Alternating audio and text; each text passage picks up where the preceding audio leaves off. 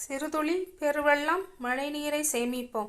Hi friends, எல்லாருக்கும் வணக்கம். நம்ம இன்றைக்கி காய் அவியல் தான் செய்ய போகிறேன். அதுக்கு பார்த்தீங்கன்னா என்னென்ன காய் தேவைங்கிறத பார்க்கலாம். பார்த்தீங்கன்னா காய் அவியல் வச்சு முடிச்சிட்டேன். இது எப்படி செய்யறதுங்கிற பார்க்கலாம்.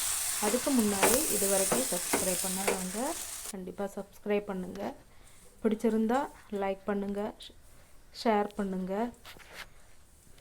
உங்கள் கருத்துக்களை கமெண்ட் பாக்ஸில் தெரியப்படுத்துங்க. பாருங்கள், பெல் ஐக்கானை அமுத்துங்க.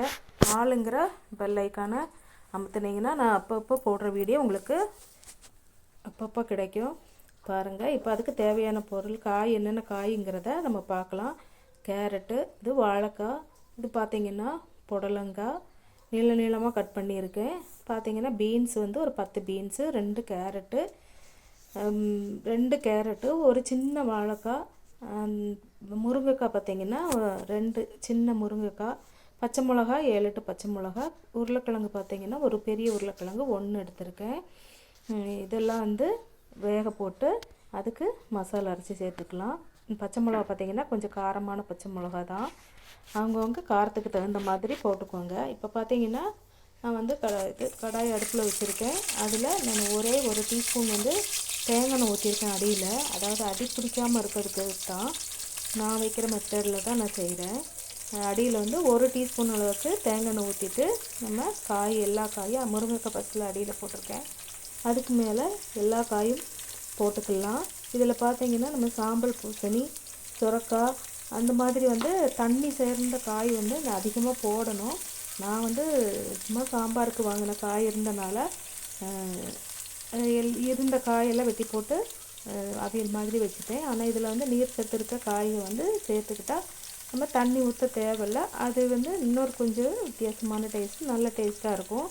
இதுவும் அதுக்கு குறைவில்லை, இதுவும் அதை விட சூப்பராக இருக்கும். நீங்களும் கண்டிப்பாக ட்ரை பண்ணி பாருங்கள். இப்போ எல்லா காயும் போட்டுட்டு இதில் பச்சை மிளகா பார்த்திங்கன்னா 7 பச்சை மிளகா எடுத்திருந்தேன். அதில் 4 பச்சை மிளகா 2ஆக கட் பண்ணி காய் கூடவே போட்டிருக்கேன். 3 பச்சை மிளகா தனியாக வச்சுருக்கேன். இதுக்கு பார்த்திங்கன்னா கத்திரிக்காய் ஒரு 2 கத்திரிக்காய் கட் பண்ணி தண்ணியில் போட்டிருக்கேன். இதையும் நம்ம அதில் மேலே போட்டுக்கலாம். ஏன்னா இது ஃபஸ்ட்டில் போட்டோன்னா சீக்கிரமாக வெந்து குழஞ்சி போயிடும், அதனால் மேலே லாஸ்ட்டில் போட்டிருக்கேன். இப்போ பார்த்திங்கன்னா 1/2 டீஸ்பூன் அளவுக்கு மஞ்சள் தூள் போட்டிருக்கேன். மஞ்சள் தூள் போட்டு அதுக்கு தேவையான அளவு உப்பு போட்டு நல்லா மிக்ஸ் பண்ணி விட்டுக்கலாம். இதை நல்லா பிரட்டி விட்டுட்டு அதுக்கப்புறமா கொஞ்சமாக தண்ணி சேர்த்துக்கலாம். ஏன்னா இதில் தண்ணி சேர்ந்த காய் புடலங்காய் மட்டும்தான் இருக்குது, அதனால தண்ணி சேர்த்துக்கலாம்.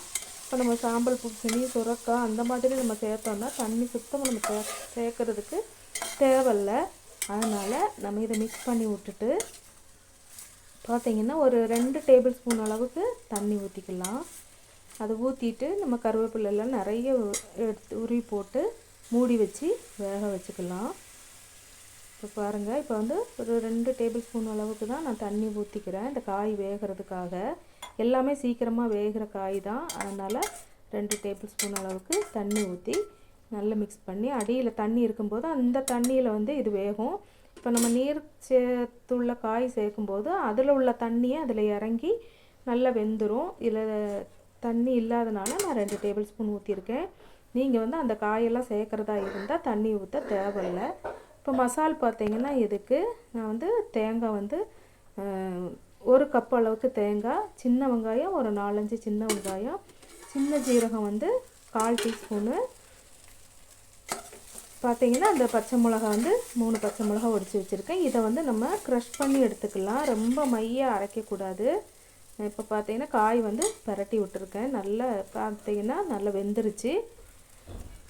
இப்போ நம்ம அரைச்சி அந்த க்ரஷ் பண்ணி வச்சுருக்க அந்த தேங்காய் இதில் மிக்ஸ் பண்ணிக்கலாம். மசாலையில் மஞ்சள் பொடி போடலை, உங்களுக்கு தேவைன்னா மஞ்சள் பொடி போட்டுக்கோங்க. ஏன்னா இதிலே காயிலே நிறைய மஞ்சள் தூள் இருக்கிறதுனால நான் போடலை. தேவைன்னா லைட்டாக போட்டு அரைச்சிக்கலாம். இப்போது மசாலா போட்டு நல்லா மிக்ஸ் பண்ணி விட்டுக்கலாம். எல்லா காயிலையும் சேர்கிற மாதிரி நல்லா மிக்ஸ் பண்ணி விட்டுட்டு நம்ம மூடி வச்சுக்கலாம். மூடி வச்சுட்டு ஒரு 2 நிமிஷம் வேக வச்சுக்கலாம். இப்போ பார்த்திங்கன்னா அதில் தண்ணியே இல்லை, இப்போது நம்ம இந்த மசாலையை போட்டுட்டு, ஏன்னா இந்த மசாலா பிடிச்சி வேகணும் இல்லையா, அதுக்காக பார்த்திங்கன்னா நம்ம ஜாரு கழுகுனதில் ஒரு டேபிள் ஸ்பூன் அளவுக்கு தண்ணி ஊற்றிக்கலாம். அதுக்கு முன்னால் கருவேப்பிலை, நீங்கள் கருவேப்பிலை வந்து நிறைய போட்டுக்கோங்க. இருந்ததுன்னா ஒரு தண்டு தான் இருந்தது, அதனால போட்டிருக்கேன். இது கருவேப்பிலை நிறைய போட்டோன்னா நல்ல வாசனையாக இருக்கும். கண்டிப்பாக கருவேப்பிலை நிறைய போடுங்க இருக்கிறவங்க.